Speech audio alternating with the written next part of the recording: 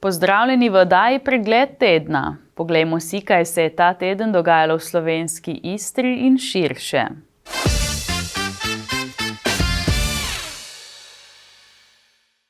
Krajane v piranski občini je razjezila in razžalostila novica, da je bil začasno zadržan odlok, ki bi omogočil gradnjo 120 javnih najemniških stanovanj v Luciji, ki bi vsaj deloma razrešili stanovanjsko stisko na tem območju, ki je že dolgo ena največjih in najtežjih socialnih tem. Kot so zapisali na spletni strani Gibanja Svoboda Piran, so projekt ves čas podpirali in si prizadevali za jasne, zakonite in dolgoročne rešitve, zato jih je ta odločitev ustavnega sodišča še toliko bolj prizadela.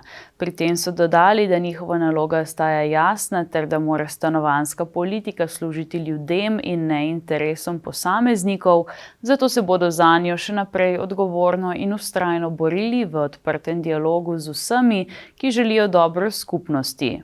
Težava je nastala, ker je občina Piran s sklepom iz leta 2024 ponovno uveljavila del zazidalnega načrta iz leta 1975, ki že več desetletij ni veljav, ni bil sprejet po današnjih zakonih ter ni bil usklajen z novejšimi prostorskimi in okoljskimi pravili. Sodišče je zato presodilo, da občina ne more kar obuditi starega prostorskega akta, ki je že prenehal veljati, saj mora predtem izvesti javno razgrnitev, omogočiti pripombe javnosti ter pridobiti mnenja pristojnih institucij. V tem primeru ni bilo ne javne razprave, ne sodelovanja z javnostjo, občinski svetniki pa niso odločili o aktu, ki bi bil pripravljen po zakonu. Poleg tega so bili mnenja, da bi nadaljevanje gradnje lahko povzročilo nepopravljivo škodo, saj je sklep omogočal takojšnjo izdajo gradbenih dovoljenj, gradnja pa bi pomenila trajen poseg v prostor, ki ga pozneje ne bi bilo mogoče enostavno popraviti ali razveljaviti, hkrati pa bi se kasneje lahko tudi izkazalo, da je akt nezakonit, kar bi znova povzročilo nepopravljivo škodo.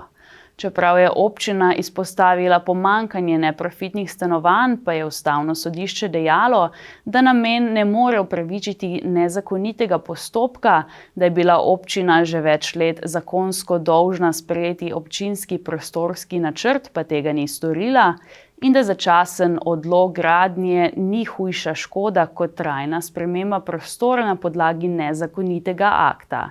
Nad odločitvijo preklica gradnje, ki so jo sicer predvidevali v začetku prihodnjega leta, je bil nejevoljen tudi piranski župan Andrej Korenika, ki je dejal, da bo na naslednji seji občinskemu svetu dejal, da sklep prekliče, sam pa bo nato začel iskati drugačno rešitev. Ne glede na vse pa pravi, da bo reševanje stanovanjske problematike ostala ena najpomembnejših prednostnih nalog občine, saj si pravico do dostojnega bivanja zaslužijo vsi v skupnosti in ne samo najpremožnejši, ki so si v zadnjih 30 letih na zelo inovativne načine urejali svoje nepremičnine.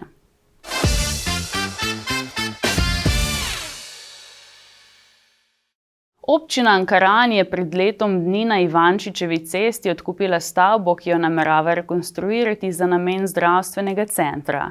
Pred dnevi je objavila javno naročilo, s katerim bodo dober mesec dni iskali izvajalca gradbenih del. 850 kvadratnih metrov veliko nekdanje skladišče oziroma trgovina, ki stoji na 3000 kvadratnih metrih površine, po mnenju občine nudi dovolj prostora za vse dejavnosti, ki jih tam predvidevajo. Predmet naročila je torej prenova stavbe za zdravstveno oskrbo s propadajočo zunanjo ureditvijo in priključki na javno gospodarsko infrastrukturo za potrebe ureditve prostorov za ambulante zdravstvenega doma Koper, enota Ankaran. S potencialnim izvajalcem bi pogodbo lahko podpisali že v marcu, slednji pa bo dolžan dela zaključiti v roku 300 dneh. Če ne bo zapletov, bi nov center lahko zaživel poleti 2027. Dela ocenjujejo na 2 milijona evrov brez davka na dodano vrednost. V prvi fazi bo poleg laboratorija vzpostavljenih še 6 ambulant, in sicer 2 družinski, 2 referenčni in 2 zobozdravstveni, za kateri bodo zdravniki in osebje izbrani iz že obstoječega kadra. V naslednji fazi je načrtovana še vzpostavitev turistične, ginekološke in pediatrične ambulante, za slednje pa se v Ankaranu v sodelovanju s koprskim zdravstvenim domom nadejajo novih kadrov. Za konec so na občini še dodali, da bodo v zadnji fazi projekta zgradili še dodatne prostore za lekarno, z rekonstrukcijo objekta pa bodo urejene tudi parkirne površine za zaposlene in obiskovalce.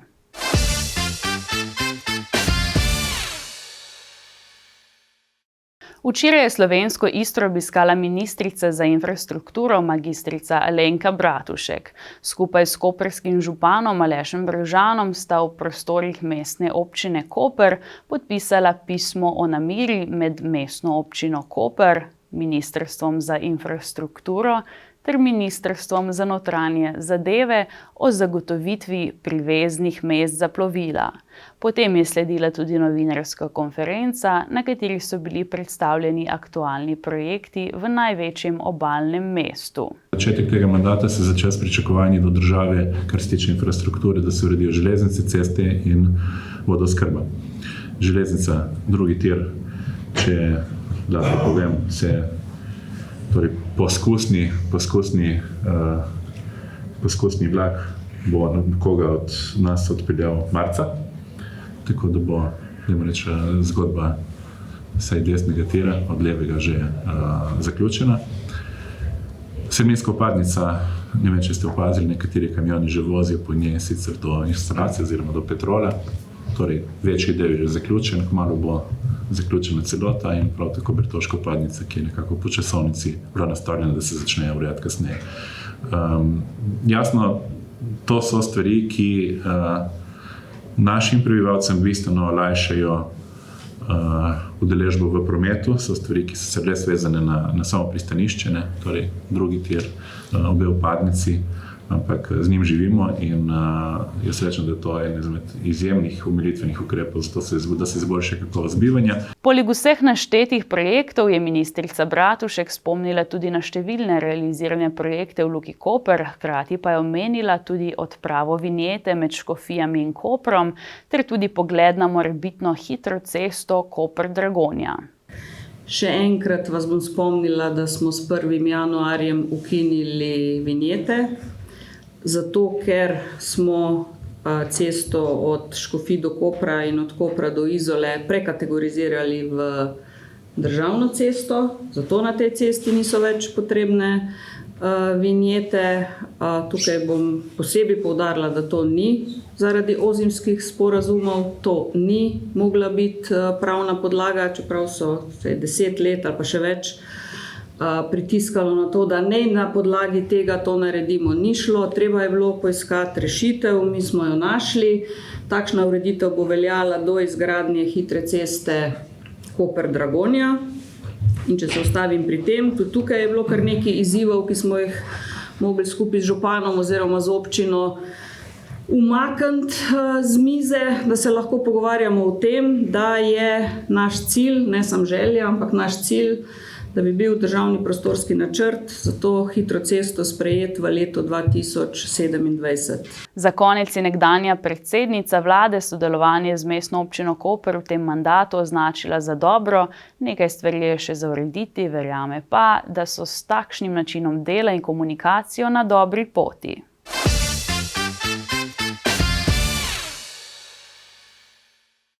Občina Piran se je lotila velike investicije, in sicer izgradnje enega največjih in najlepših vrtcev v Sloveniji, ki ga bodo zgradili na območju starega vrtca blizu osnovne šole v Luciji. Temelji so po zadnjih informacijah skoraj že postavljeni, še drži obljuba, pa bo vrtec zgrajen do novembrskih lokalnih volitev. Piranski občinski svet je že aprila lani potrdil program za gradnjo vrtca, ki bo gostil skoraj 500 otrok. Zanimivo je to, da bo zaradi poplavne ogroženosti stal 1,2 metra od tal. Skoraj 4000 kvadratnih metrov velik atrijski objekt bo ob pritličnih prostorih ponujal še eno nadstropje, vse skupaj pa bo v izobraževalni ustanovi kar 22 oddelkov. Zaradi preomenjenih poplavnih groženj ter preglavic zahtevno geološko sestavo terena je bilo pri projektiranju potrebno globoko temeljenje. Župan Andrej Korenika je sicer ocenil, da bi novi vrtec otroke lahko sprejel v začetku leta 2028.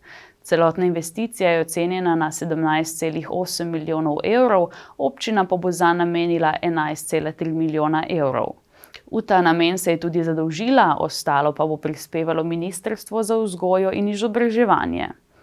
Večja potreba po vrtčevskih uslugah pa je prisotna tudi v mestni občini Koper, ki je tako v novem letu aktivno pristopila k zagotavljanju dodatnih prostih mest in odprla nov oddelek predšolske vzgoje za otroke v starostni skupini od 1 do 2 let v vrtcu Semedela, enota Prisoje.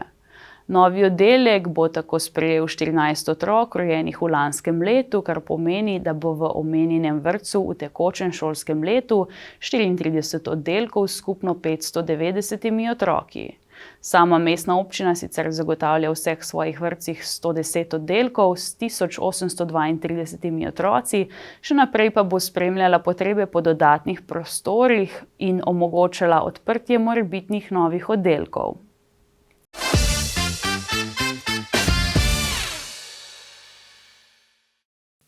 Ministrica za kmetijstvo, gozdarstvo in prehrano Mateja Čalušić in minister za notranje zadeve Branko Zlobko sta ob robu vladnega obiska v obalno-kraški regiji včeraj podpisala pismo o nameri za prenos plovila RAB 830 Patrol z Ministrstva za kmetijstvo na Ministrstvo za notranje zadeve oziroma policijo. Obe službi izredno dobro sodelujeta na morju in v bistvu prenos čolna je samo še dodatna krepitev dobrega sodelovanja. Naše morje je nekoliko manjše, pa vendar izredno pomembno tudi z vidika nadzora in ravno zato smo kot ribiška inšpekcija, katera je tudi v fazah v naslednjem mesecu bo pridobila novo plovilo glede na potrebe dodatnih nadzorov in z vira evropskih sredstev in glede na potrebe policije, ki je v preteklosti tudi že uporabljala samo plovilo, je bil danes podpis pisma o nameri. Slovenska pomorska policija ima skoraj 80-letno tradicijo in za svoje delovanje potrebuje tudi ustrezna plovila. Čoln je letnik 2018, policija pa ga je v preteklosti že uporabljala, v lanskem letu recimo 15-krat. Gre za neko srednjeročno rešitev, kajti policija bo v doglednem času seveda kupila večje plovilo, tako da bo lahko tudi v slabših razmerah opravljala svoje naloge na morju. Pri policiji nadaljujejo tudi z intenzivnim procesom nakupa 2 večjih plovil velikosti od 12 do 24 metrov. Te 2 plovili bosta namenjeni predvsem uspešnem reševanju, kajti to plovilo, ki ga dobimo zdaj, je malenkost manjše od naših 2 plovil, ta je 1,70 m krajši, ampak kljub temu, vkolikor bomo imeli mi težave z našim 2 ploviloma, kar jih imamo v zadnjem času pogosto, je to edino plovilo potem, ki bo možno in pa plovno, da bo lahko policija sploh opravljala naloge na morju. Moram pa pojasniti, da je specifika pomorske policije, tle gre za specializirano enoto, kjer poleg uspešnega znanja policistov potrebujemo tudi ustrezno opremo, plovila. Brez tega policisti ne morejo opravljati naloge na morju, če tudi imajo strokovno znanje, vkolikor nimajo dostopa, in s tem plovilom bomo lahko to premostili v tem vmesnem času, dokler dobimo novih večjih plovil. Podpis pisma o nameri tako predstavlja konkreten korak k nadaljnji krepitvi sodelovanja med resorji ter izboljšanju zmogljivosti policije na morju. Hkrati pa napovedani nakupi večjih plovil kažejo na dolgoročno usmeritev države v večjo varnost, učinkovitejši nadzor in boljše reševanje na slovenskem morju.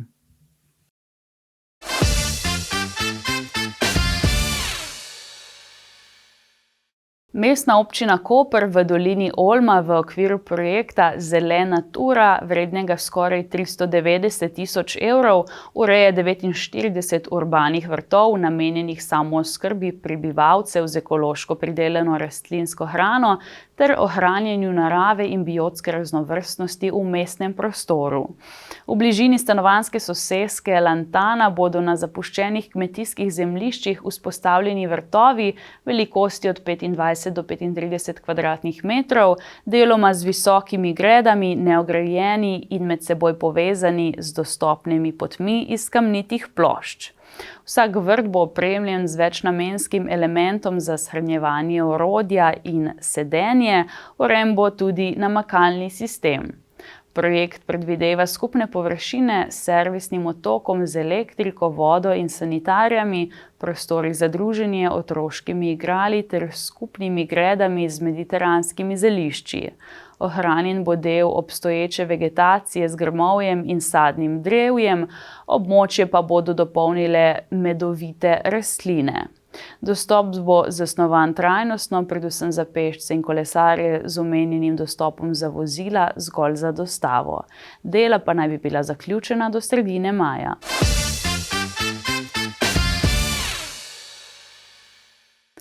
Minulo leto je bilo v pomorski in logistični dejavnosti še vedno zaznamovano z omejitvami plovbe po Rdečem morju in Sueškem prekopu, kar je povzročalo motnje zaradi geopolitičnih razmer in preusmerjenih dobavnih poti.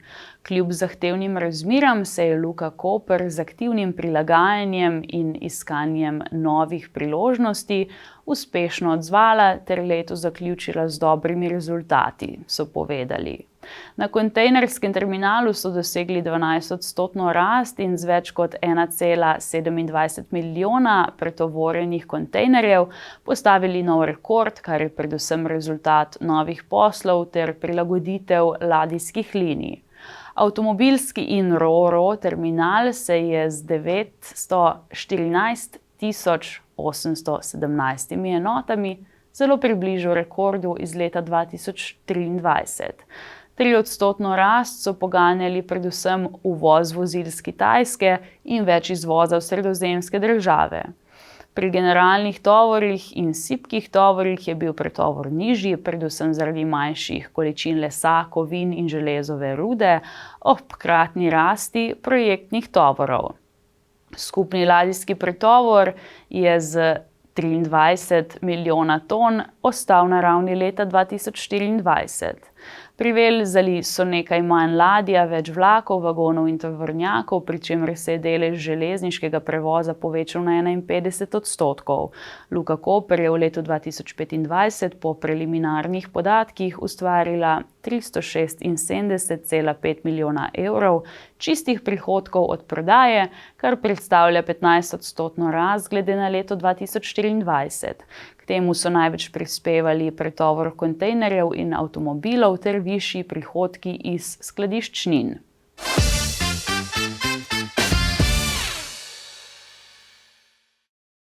V sredo sta se v areni Bonifika na prijateljskem obračunu pomerili ekipi Kopra in Izole.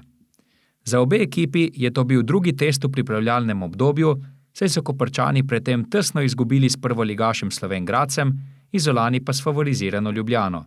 Srečanje dveh rivalov je potekalo po pričakovanjih, saj so se na koncu visoke zmage veselili domačini, ki so med odmorom vodili z 22-12, na koncu pa slavili z 41-27.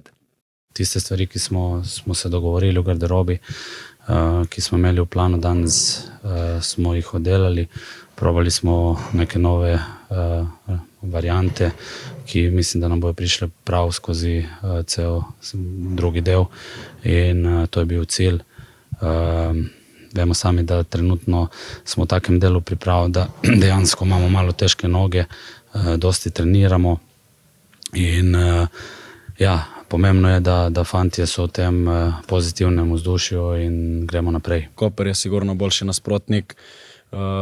Bom rekel, prvi polčas so pokazali svojo kvaliteto s prvo postavo, potem so jo oni malo zarotirali, smo mi lahko prišli zraven, potem pa, bom rekel, tudi jaz sem dal priložnost tem fantom, sigurno pa ni tle vprašljiva kvaliteta Kopra napravna. Tako da jaz mislim, da nas čaka še dosti dela, da pridemo na ta nivo. V napadu ste igrali kar dobro, danes tudi 27 golov, mogoče malce slabša obramba. Napad je bil dober, sicer preveč zgresenih zicerjev, kar nam je v bistvu trno peti že celo sezono, kako se s tem soočati, bomo videli zdaj v drugem delu, kako bo. Obramba je pa pol posledica te pol kontre, ker se pač Koper je zabil dosti lahkih golov na račun hitre igre. Na igrišču so priložnost dobili nekateri rokometaši, ki so v dosedanjem delu prvenstva manj igrali. Koprska zasedba sicer zaenkrat ostaja enaka tisti iz jesenskega dela, medtem ko smo pri Izolanih že videli novinca Nika Vlašiča, ki je prišel prav iz Kopra. Dejansko dobivajo kar dosti priložnosti fanti, ki med sezono ne dobivajo.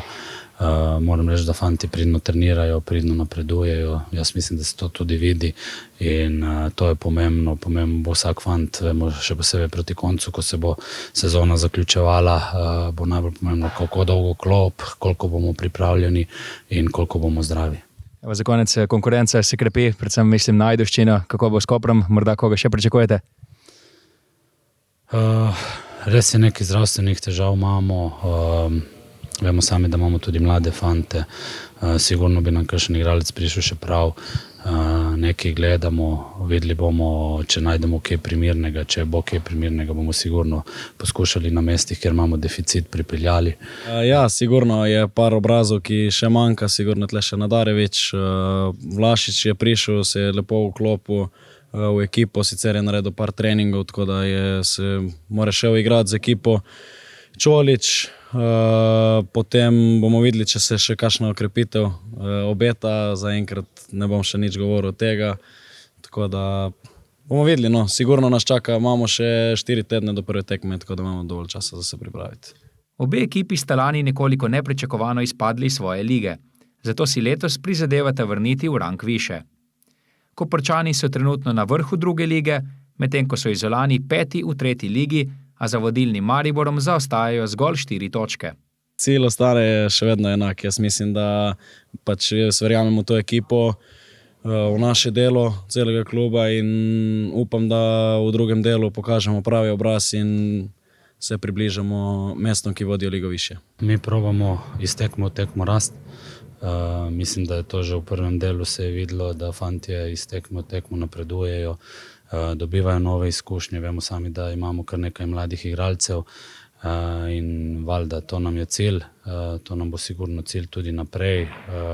Zdaj, kakšen bo končni rezultat, bomo videli, sigurno pa si želimo v končnico priti maksimalno pripravljeni, maksimalno zdravi in potem videti, do kje lahko pridemo. Koprčane čaka pred nadaljevanjem prvenstva, ko se bodo zadnjega januarja doma pomerili z rokometno šolo Sebastjana Soviča, še prijateljska tekma s Trstom, medtem ko bo Izola naslednjo tekmo igrala prav prvenstveno in sicer v petek 6. februarja doma proti Gorišnici.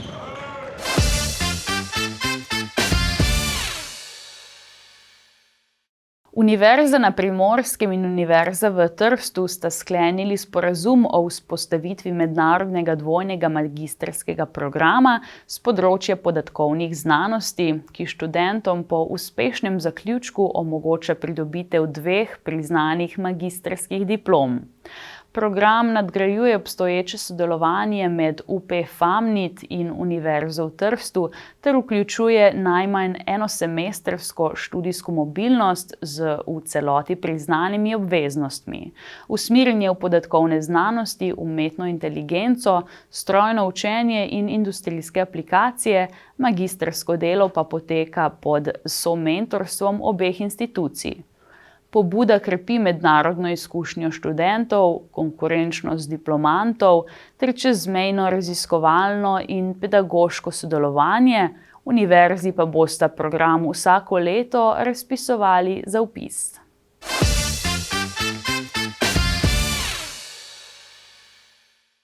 Ali se spomnite obračuna Davida in Goljata? Nekako podobno bi lahko označili igrivo srečanje 2 popolnoma različnih živali v poljskem živalskem vrtu. Posnetek je preplavil splet, na YouTubu ima že več 100.000 ogledov. Pokukajmo v zimski Vroclav.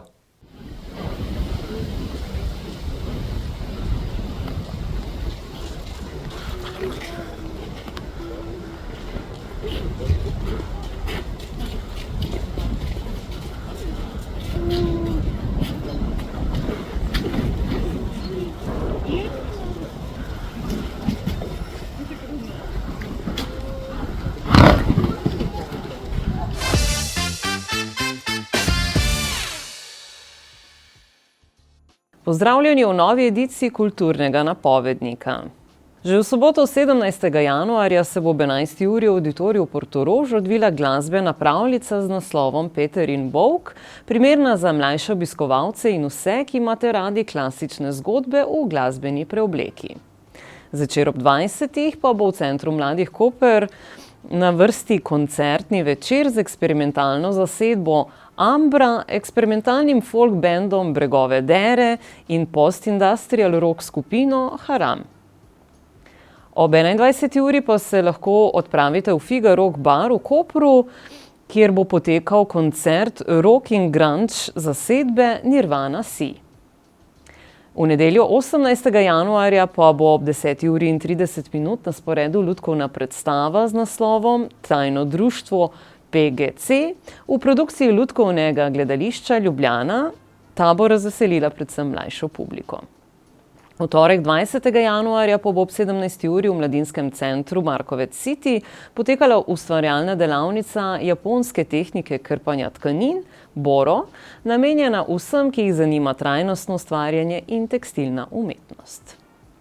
Sredin večer pa bo v znamenju smeha. Namreč ob 18. uri bo v auditoriju Portorož na ogled gledališka komedija z naslovom Ženske brez filtra.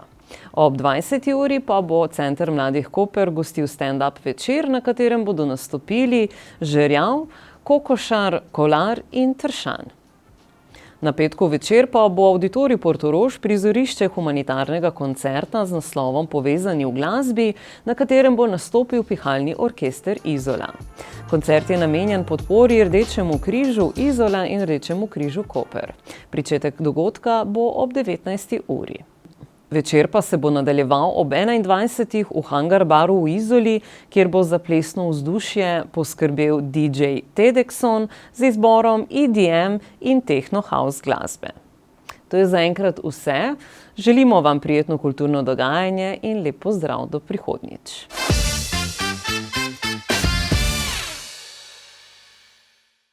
To je bilo za danes vse. Hvala za pozornost in lep pozdrav do prihodnjič.